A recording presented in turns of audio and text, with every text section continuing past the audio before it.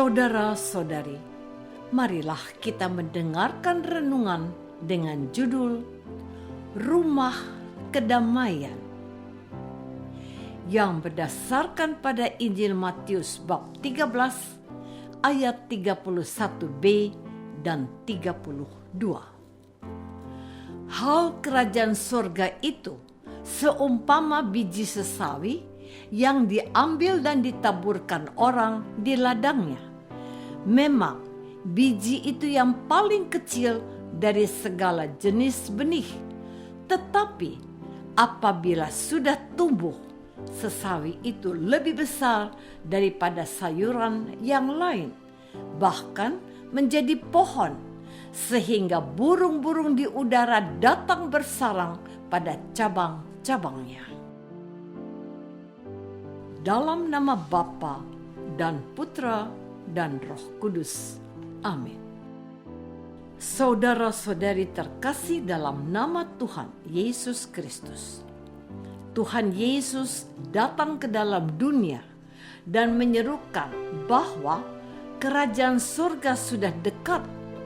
Tuntutannya hanya satu, supaya kita bertobat.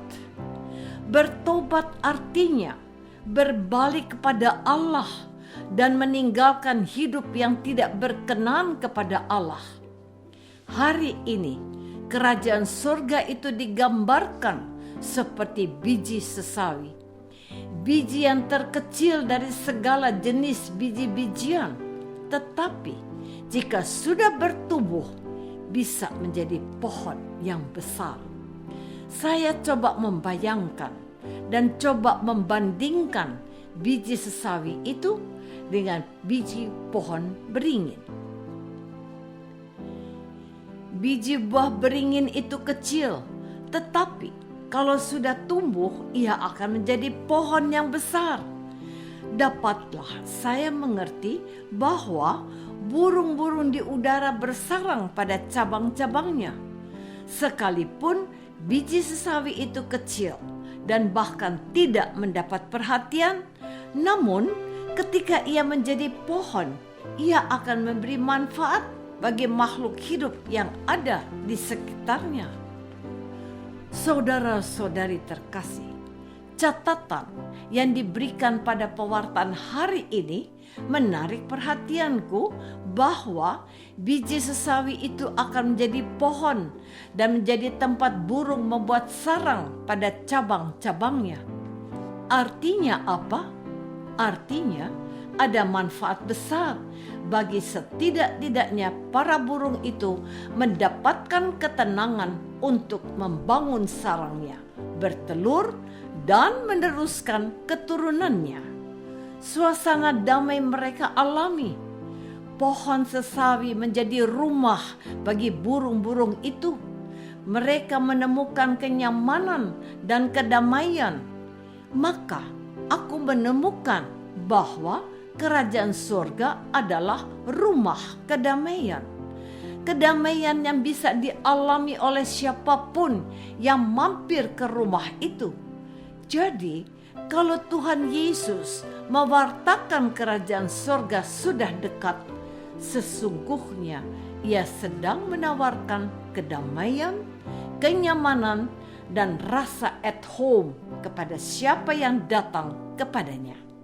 Setidak-tidaknya, damai itu kita langsung alami dan kita rasakan.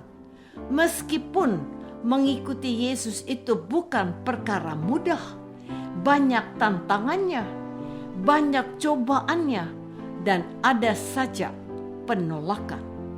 Nikmatilah damai Yesus sekalipun ada terpaan cobaan. Saudara-saudari terkasih, Tuhan Yesus menawarkan rasa damai di dalam tinggal bersama Dia, seperti burung-burung yang bersarang pada cabang-cabangnya dan memberikan kehidupan bagi calon-calon burung. Demikianlah seorang yang telah percaya kepada Yesus harus menyediakan dirinya menjadi berkat dan rumah damai bagi kepada semua orang yang ingin merasakan kasih Yesus.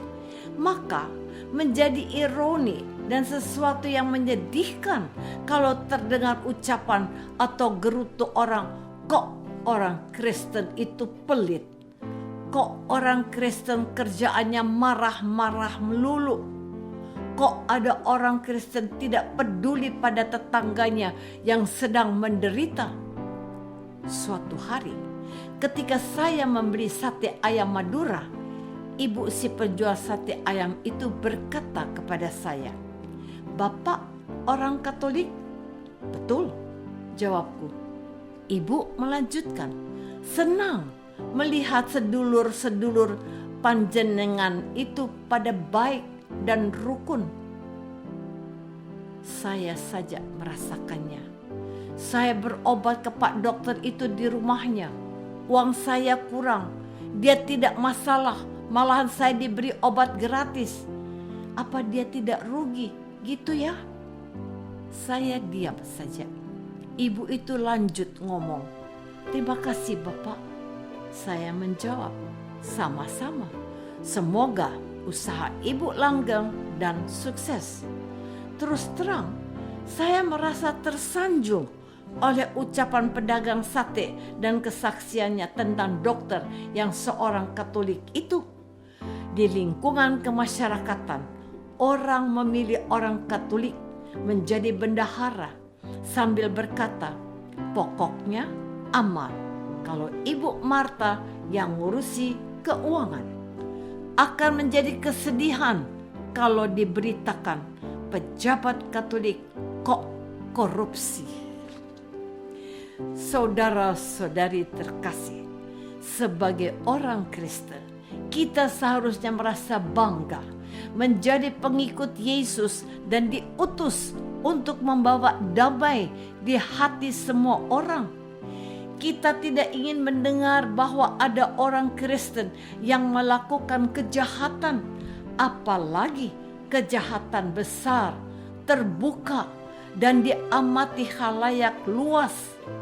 Apa yang salah dengan saudara kita yang bermasalah dengan hukum, yang memperkaya diri dengan korupsi, yang mendewakan kenikmatan dengan menjadi bandar narkoba itu? Itu kan oknum, betul. Tapi mengapa harus dia? Bukannya kita ini mau disebut orang sok suci. Kita diutus untuk membawa damai. Setiap kali kita selesai merayakan perayaan Ekaristi, imam berkata, "Pergilah, kita diutus." Diutus untuk mewartakan Injil, kabar gembira Tuhan. Diutus untuk membawa damai. Diutus untuk menebarkan sukacita dan rasa kasih sayang. Kita adalah terang dunia yang diutus untuk menerangi mereka yang hidup dalam kegelapan. Kita adalah garam yang diutus membuat hidup yang hambar tetap berpengharapan dan lebih bersemangat untuk dijalani. Tuhan mau setiap orang Kristen menjadi pribadi yang menarik orang untuk datang kepadanya, sebab mereka bisa menemukan damai dan masa depan karena persahabatan yang kita tawarkan. Kita diutus untuk membawa damai sukacita. Apakah aku sudah memberikan rasa damai dan harapan bagi banyak orang? Marilah kita berdoa. Bapa yang Maha Baik, jadikanlah kami pembawa damai jika terjadi kekacauan. Jadikanlah sumber pengharapan bagi mereka yang putus asa. Bantulah kami menjadi pribadi Kristiani yang meneladan Yesus Kristus, Tuhan dan Allah kami. Amin. Semoga kita semua selalu dinaungi dan dibimbing oleh berkat Allah yang Maha Kuasa, Bapa dan Putra dan Roh Kudus. Amin.